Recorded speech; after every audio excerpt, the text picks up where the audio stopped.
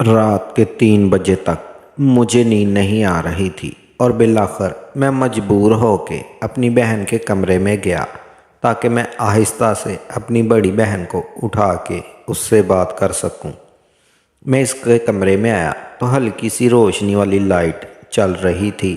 میری ساری بہنیں سو رہی تھی اور اوپر میں نے اپنی بڑی بہن کو دیکھا تو وہ کمرے میں نہیں سو رہی تھی۔ میں بڑا حیران ہوا کہ میری بہن رات کے اس وقت کہاں جا سکتی ہے۔ میں باہر صحن میں آیا اور ہمارا باتھ روم باہر صحن میں بنا ہوا تھا۔ میں باتھ روم کے قریب آیا تو مجھے ہلکی سی سرگوشیوں کی آوازیں آ رہی تھی۔ میں نے جو باتھ روم کے قریب سے آ کے سنا تو وہ میری بہن کی آواز تھی جو کسی کو کہہ رہی تھی کہ جلدی کرو ورنہ کوئی آ نہ جائے، اور کوئی بندہ تھا بول رہا تھا کہ رات کے 3 بج رہے ہیں، اس وقت کون آئے گا، تم پریشان نہ ہو، مجھے سکون کے ساتھ کرنے دو۔ پھر میں باتھ روم کا کوئی سراغ ڈھونڈنے لگا تاکہ میں اندر ان دونوں کو دیکھ سکوں کہ آخر اندر چل کیا رہا تھا۔ پھر باتھ روم کے روشن دان سے جب میں نے دیکھا تو وہ دونوں ایک دوسرے کو سکون دے رہے تھے۔ وہ لڑکا ہمارے ہی محلے کا تھا جو میری بہن کو سکون دے رہا تھا۔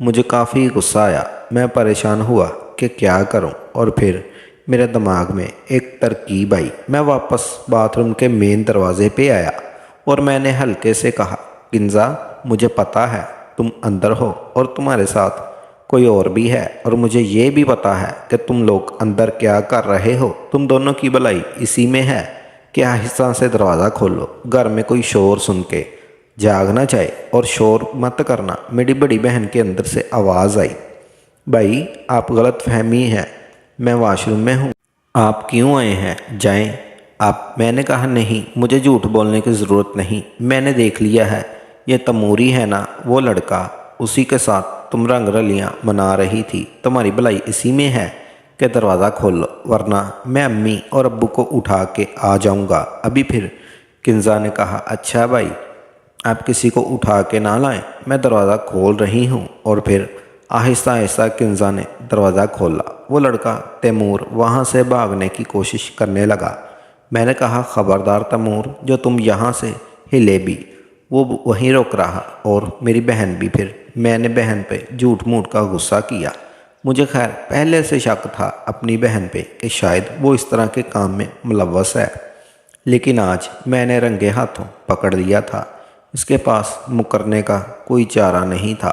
پھر میں نے کہا، یہ کب سے چل رہا تھا دونوں کے بیچ؟ اور پھر میں نے اپنی بہن سے کہا کہ تم تو بڑا کہتی تھی کہ میں اپنے شوہر سے محبت کرتی ہوں، اسی لیے میں دوسری شادی نہیں کر سکتی، یہ کام تو تم بڑے شوق سے کر رہی ہو۔ پھر میری بہن مجھ سے کہنے لگی، یوسف جو کچھ بھی ہوا انجانے میں ہوا، میری اس میں کوئی غلطی نہیں، مجھے معاف کر دو اور یہاں سے چلے جاؤ۔ میں نے کہا، نہیں، آج تم ہاتھ آئی ہو، میں اتنی آسانی سے تمہیں نہیں چھوڑوں گا۔ پھر اس نے کہا، یوسف تم کیا چاہتے ہو، خدا کا واسطہ ہے مجھے جانے دو، اور امی ابو کو پتہ چل گیا کہ میں تیمور کے ساتھ تھی تو وہ تو مجھے جان سے ہی مار ڈالیں گے، پلیز میرے ساتھ ایسا ظلم نہ کرو، میرا پردہ رکھ لو۔ پھر میں نے کہا، اچھا تم اس تیمور کو بگاؤ، میں تم سے اکیلے میں بات کرنا چاہتا ہوں۔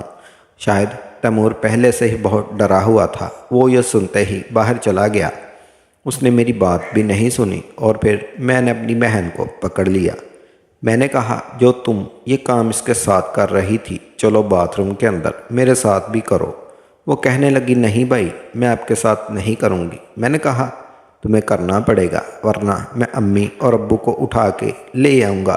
پھر میری بڑی بہن مجھ سے کہنے لگی، یوسف شرم کرو، میں تمہاری بڑی بہن ہوں، تم مجھ سے چھوٹے ہو۔ میں نے کہا، کچھ نہیں ہوتا، اس وقت میرا دماغ بہت خراب ہے، ویسے بھی مجھے تمہاری ضرورت تھی، میں تمہیں اٹھانے آیا تھا، یہ تو اچھا ہوا مجھے تم اس حالت میں مل گئی ہو، اب میں نہیں جاؤں گا خود کو بنا سکون دلوائے۔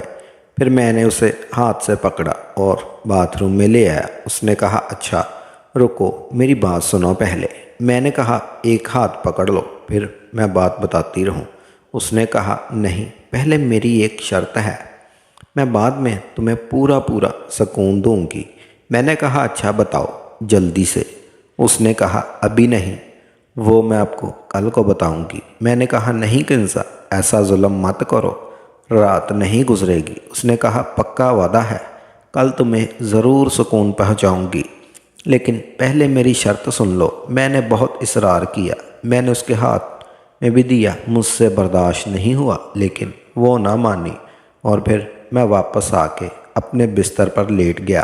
اب مجھے کافی دیر تک نیند نہ آئی، میں ایسے ہی جاگتا رہا اور اپنی بڑی بہن کے بارے میں سوچتا رہا کہ وہ کب تیمور کے ساتھ لگی ہوئی تھی، پتہ نہیں، اور کس چیز کے ساتھ وہ لگی ہے۔ جس چیز سے میں ڈر رہا تھا وہی کام میرے گھر میں ہو رہا تھا۔ میں ایسی چیز سے ڈرتا تھا کہ میری بہنیں یا میری امی باہر کسی کے کہنے میں نہ آ جائے اور یہ کام نہ کر لیں۔ آخر وہی ہوا۔ خیر میری آنکھ لگ گئی۔ آج میری آنکھ صبح 8 بجے کھلی تھی۔ میں باہر آیا تو امی ناشتہ بنا چکی تھی۔ مجھے کہا یوسف آج اٹھنے میں تم نے بہت دیر کر دی۔ میں نے کہا ہاں امی، بس آنکھ لگ گئی تھی۔ میں نے کہا اچھا جلدی سے ناشتہ کر لو اور پھر دکان پہ جاؤ۔ میری امی بھی مجھے بہت خوبصورت اور حسین لگتی تھی، لیکن میں یہی سوچتا تھا کہ ان سے بات کیسے کروں، اور پھر اسی موقع کی تلاش میں تھا کہ وہ کب دن آئے گا کہ میں امی کے ساتھ۔ خیر میں نے ناشتہ کیا۔ ناشتہ کرنے کے بعد اپنی بہنوں کے کمرے میں گیا۔ میں جب گیا تو میری بڑی بہن اپنے چھوٹے بیٹے کو ناشتہ کروا رہی تھی اور مجھے دیکھ دیکھ کے مسکرا بھی رہی تھی۔ پھر میں نے اپنی بہن سے کہا کہ بتاؤ تمہاری کیا شرط ہے؟ اس نے کہا بھائی آج دوپہر جب آپ کھانا کھانے آئیں گے تب میں آپ کو بتاؤں گی کہ میری شرط کیا ہے۔ میں نے کہا اچھا۔ پھر میں واپس اپنی دکان پہ آیا۔ دکان پہ آیا تو چھوٹے نے دکان کھول کے صفائی ستھرائی کر کے بیٹھا ہوا تھا۔ دکان پہ بیٹھے ہوئے ابھی مجھے تھوڑی ہی دیر ہوئی تھی۔ میں نے جس کا ذکر کیا تھا کہ ہمارے گاؤں میں ایک لڑکی ہے جس سے میں محبت کرتا ہوں، اس کا نام عالیہ ہے اور وہ اس محلے کی سب سے خوبصورت لڑکی ہے، وہ سودا لینے کے بہانے میری دکان پہ آئی۔ مجھے کہا یوسف میں نے تم سے ضروری بات کرنی ہے، تمہارے پاس کوئی فون ہے؟ مجھے دو تاکہ میں تسلی سے تم سے بات کر سکوں، اور پھر دکان پہ میں بات نہیں کر سکتی۔ میرے پاس ایک بٹنوں والا موبائل تھا، میں نے اسے وہ موبائل دے دیا۔ میں نے کہا جاؤ گھر جاؤ، اور پھر گھر جا کے اس نے مجھے فون کیا۔ مجھے کہا یوسف مجھے تمہاری بڑی یاد آتی ہے، تم مجھ سے ملنے کی کوشش کرو، رات بھر تمہیں میں یاد کرتی رہتی ہوں۔ میں نے کہا مجھے تمہاری بھی بڑی یاد آتی ہے، لیکن یہ گاؤں ہے، یہاں کوئی ہوٹل وغیرہ تو ملتے ہی نہیں کہ ہم وہاں جا کے مل لیں۔ پھر عالیہ نے کہا میرے پاس ایک ترکیب ہے، اگر تمہیں اچھی لگے تو۔ میں نے کہا کیا؟ بتاؤ۔ اس نے کہا میرے گھر کے پیچھے کپاس کی فصل لگی ہوئی ہے، اگر اس کپاس کی فصل میں کوئی بیٹھ جائے تو کوئی اسے دیکھ نہیں سکتا۔ اگر تم کہو تو میں رات کو وہاں آؤں گی، تم بھی وہاں آ جانا، وہاں ہم ایک دوسرے سے سکون سے مل لیں گے۔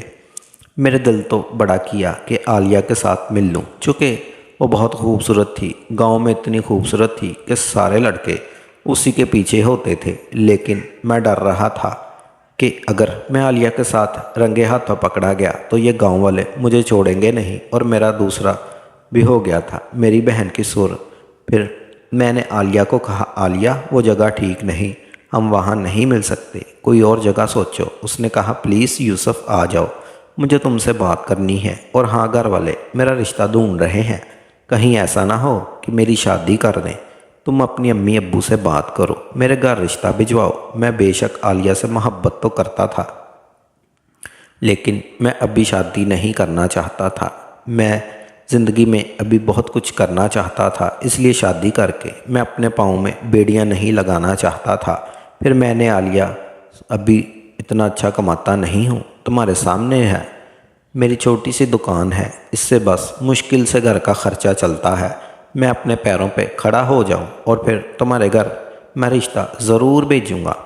پھر عالیہ کہنے لگی تب بھی جو کہ جب میں کسی اور کے گھر چلی جاؤں گی مجھے کوئی ضرورت نہیں ہے اتنی دولت کی، جس حال میں بھی مجھے تم رکھو گے میں اس حال میں تمہارے ساتھ راضی رہوں گی۔